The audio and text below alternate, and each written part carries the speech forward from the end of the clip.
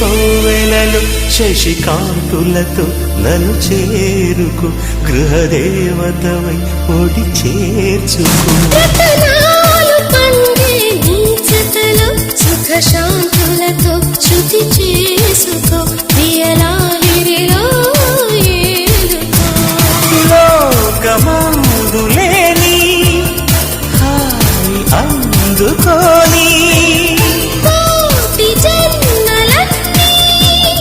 తోడు ఉండని రామరి నా చెలి ఓ ప్రేమ